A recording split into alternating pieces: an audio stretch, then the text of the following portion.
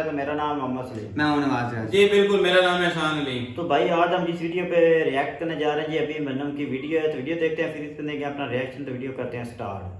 Pakistan economic crisis से बच गया है फॉर नाउ। रीजन है ये इंसान, मोहम्मद बिन सलमान। सऊदी अरेबिया के क्राउन प्रिंस मोहम्मद बिन सलमान ने पाकिस्तान में $25 बिलियन इन्वेस्ट करने का प्रॉमिस किया है। जुलाई के महीने में सऊदी अरेबिया ने पाकिस्तान की सेंट्रल बैंक में $2 बिलियन डिपॉजिट किए, जिससे पाकिस्तान के फॉरेक्स रिजर्व्स बढ़े। जिस देश के पास इंपोर्ट बिल चुकाने के पैसे नहीं थे, उन्हें एक लाइफलाइन मिली। पाकिस्तान के जनरल मुनीर ने पाकिस्तान की बिजनेस कम्युनिटी को प्रॉमिस किया है कि ऐसे ही वो कतार और कुवैत से भी 25 से 30 बिलियन डॉलर्स लेकर आएंगे। Why did MBS help Pakistan? क्या उनके एक्शन से पाकिस्तान की इकोनॉमी ट्रैक पर आएगी और इससे हमें क्या फर्क पड़ता है? ये है हमारी सीरीज पाकिस्तान एक्सप्लेन्ड, जहां हमने पाकिस्तान की इकोनॉमी को एक इंडियन पर्सपेक्टिव से समझने की कोशिश की है। अगर इस वीडियो से आपको हमारे दोस्त और नेबर को समझने में हेल्प होती है तो प्लीज हमें हमारे सोशल मीडिया चैनल्स पर फॉलो या सब्सक्राइब करना ना भूलिए। ये आपके लिए तो फ्री है, लेकिन इससे हमारी बहुत हेल्प होती है।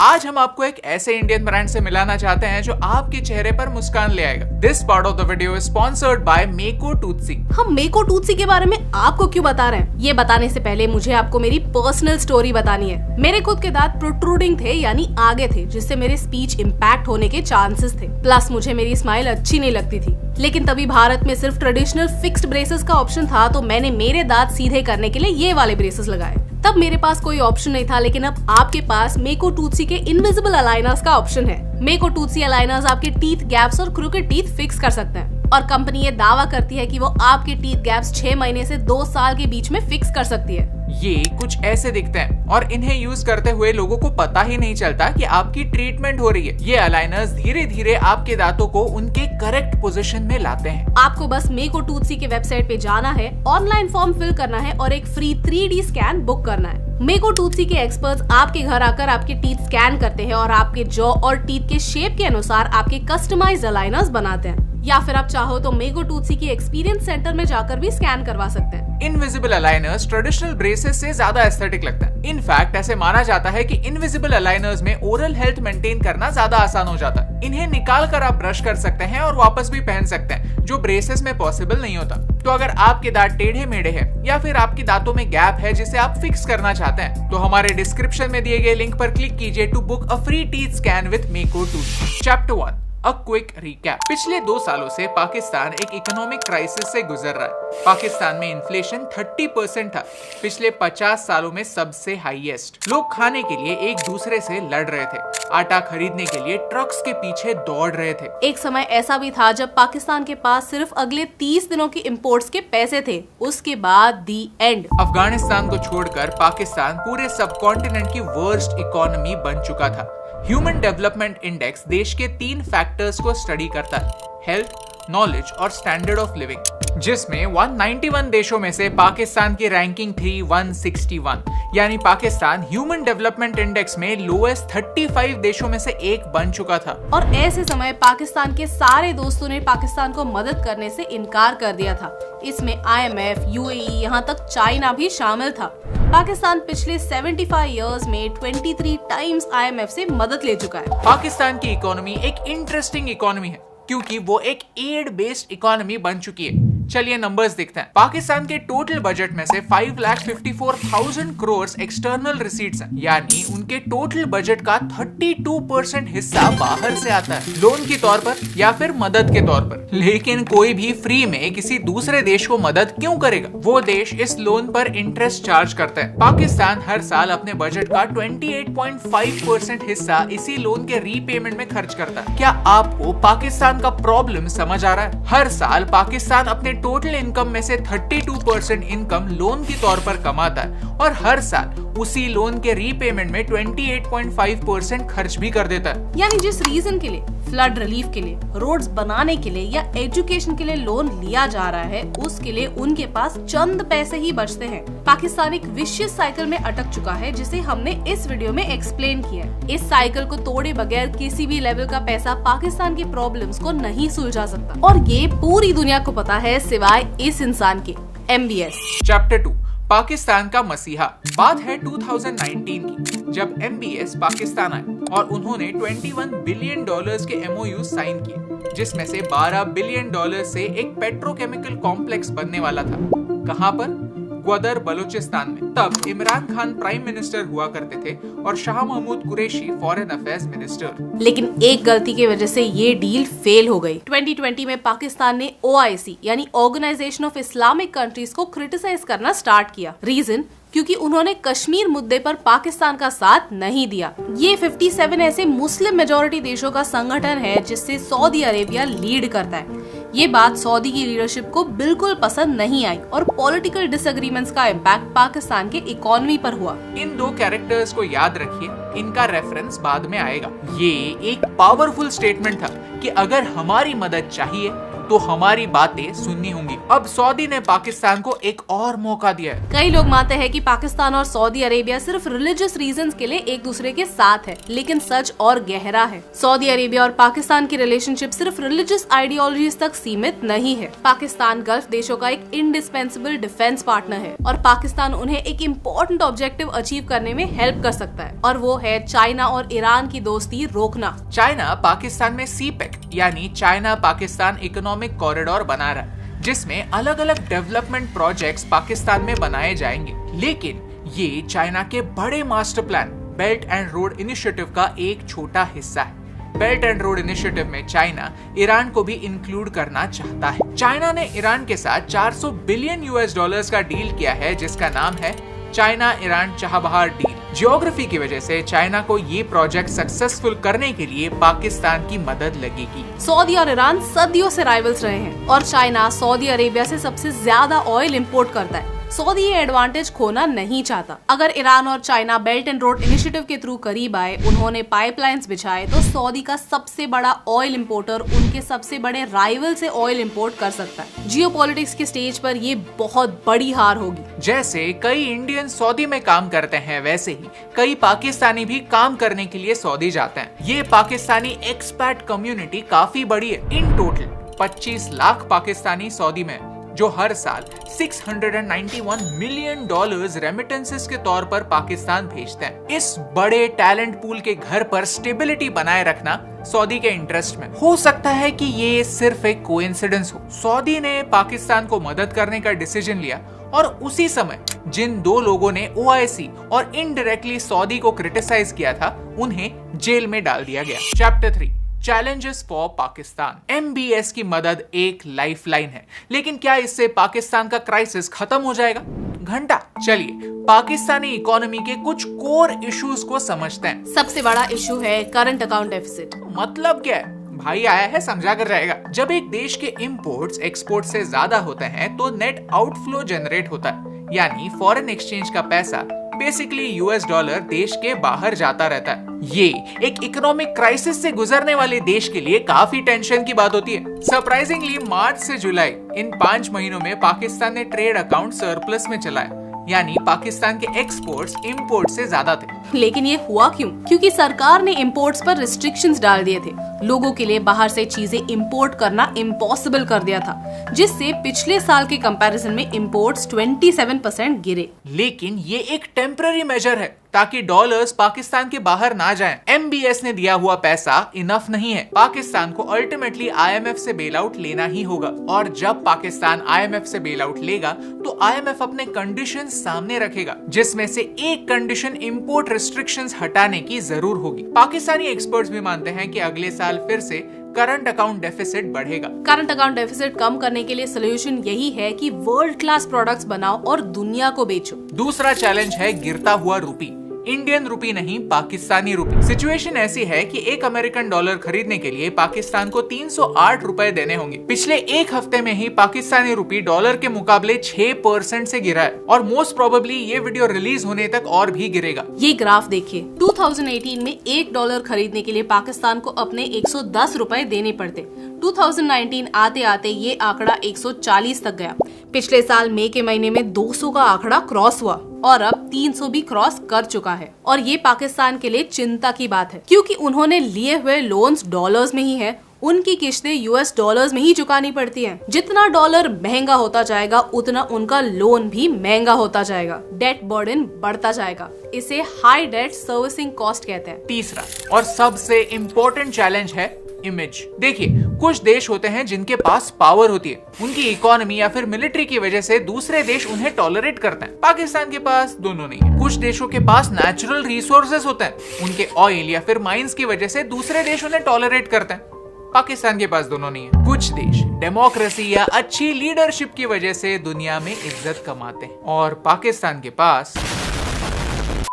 इस वीडियो पर हमने पिछले महीने काम शुरू किया और वीडियो का काम खत्म होते होते पाकिस्तान की लीडरशिप बदल चुकी थी। हमें एक वीडियो बनाते हुए भी सर्टेनिटी नहीं होती कि थंबनेल पर किस लीडर का फोटो होना चाहिए, तो इन्वेस्टर्स को सर्टेनिटी कहां से आएगी? ये सारे इश्यूज पाकिस्तान के कोर इश्यूज हैं जिन पर काम किए बगैर सारे सॉल्यूशंस सिर्फ बैंडेड सॉल्यूशंस होंगे। Chapter 4 Is there hope? As an Indian बहुत सारे लोग ऐसे होंगे जिन्हें पाकिस्तान की हालत को देखकर मजा आ रहा होगा, लेकिन पाकिस्तान में स्टेबिलिटी होना हमारे लिए भी फायदेमंद है, क्योंकि जब पड़ोस में आग लगती है तो धुआं हमारे घर पर भी आता है। एक छोटा सा एग्जांपल देता हूँ। 2020 में जब चाइना में कोविड और लॉकडाउन चल रहा था तब उनकी इकोनॉमी सफर कर रही थी, तो लोगों का ध्यान भटकाने के लिए चाइना ने गलवान वैली में भारत पर अटैक किया और इस वजह से हमने हमारे वीर जवान खोए। पाकिस्तान एक न्यूक्लियर पावर है, उन्होंने न्यूक्लियर हथियार कैसे पाए इस पर हमने ऑलरेडी एक वीडियो बनाया हुआ है जो आप यहाँ पर देख सकते हैं। ये एक बहुत इंटरेस्टिंग वीडियो है, इसे मिस मत कीजिए। पाकिस्तान की जिन कोर प्रॉब्लम्स की हमने बात की वही कोर प्रॉब्लम्स भारत में भी हैं, जैसे कि करंट अकाउंट डेफिसिट। हम आत्मनिर्भर भारत की बात तो करते हैं, लेकिन सच्चाई यही है कि हमारे इंपोर्ट्स दिन ब दिन बढ़ते जा रहे हैं और करंट अकाउंट डेफिसिट भी। ये डेफिसिट $67 बिलियन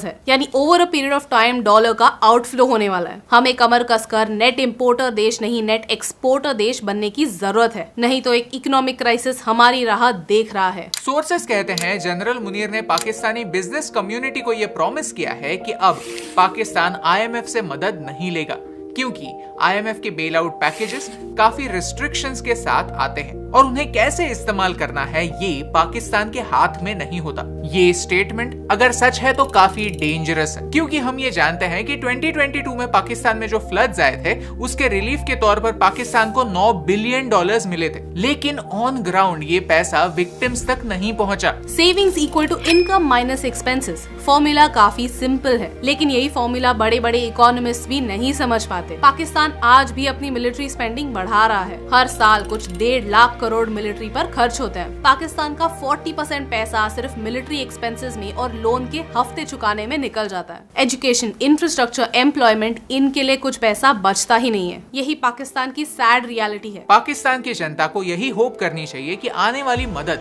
सही काम के लिए यूज हो, नहीं तो कल उठकर पता चलेगा कि आए हुए सारे पैसे इंडिया पाकिस्तान मैच के 50 लाख के टिकट खरीदने में खर्च हो गए और इकोनॉमी को ट्रैक पर लाने में स्पेंड हुआ ठेंगा। अगर आपको इस वीडियो से वैल्यू मिली, कुछ नया सीखने मिला, तो इसे अपने दोस्तों के साथ शेयर कीजिए। And make sure to check out Makeo Toothsi's website for their invisible teeth aligners. ये टीथ अलाइनर्स मेटल ब्रेसेस की तरह आपके टेढ़े मेढ़े दांतों को सीधा कर देते हैं to give you a confident smile. अपना फ्री टीथ स्कैन बुक करने के लिए डिस्क्रिप्शन में दिए गए लिंक पर क्लिक करना ना भूलिए। Because only a fool learns from his own mistakes, a wise man learns from the mistakes of others. और यही इंपॉर्टेंट बात आप तक पहुंचाने से मुझे फर्क पड़ता है।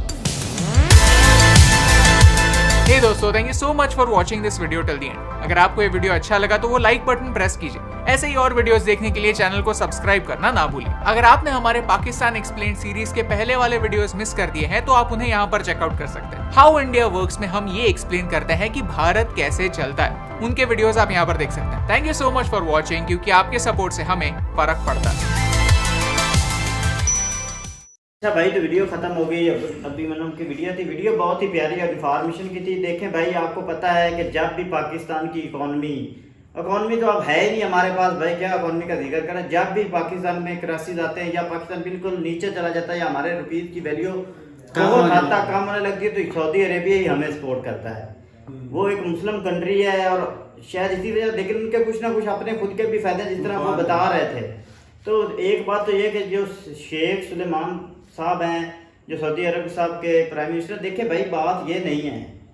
बात ये है कि अगर पाकिस्तान के पास कुछ होगा तो दूसरी कंट्रीज भी इनकी इमदाद करेंगी ना। बिल्कुल। अब देखिए जिस तरह हमारे मुल्क में रिसेंटली सैलाब आया तो बहुत सी कंट्री तुर्की वगैरह ने हमारी बहुत मदद की थी, लेकिन उसके बरस जब तुर्की में जो हमने इमदाद भेजी तो वही इमदाद भेज दी जो उन्होंने हमें भेजी हुई थी।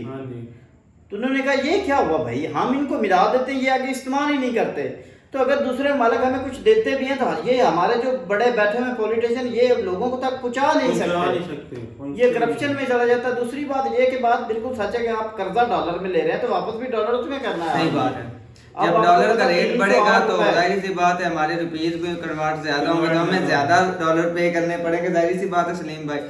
तो हमारी ये भाई के देखें हमारी करेंसी बहुत नीचे चली गई है। इंडिया की करेंसी उधर इंडिया का 1 रुपया हो तो इधर तकरीबन 6-7 रुपया बनना शुरू हो गया है। 2 मंथ पहले आ जाए मेरी बात में, 2 मंथ पहले आ जाए तो 3 रुपया बनता था। तो 3 मंथ में उन्होंने अपनी करेंसी उनका रुपीज की वैल्यू ज्यादा हो गई हमसे।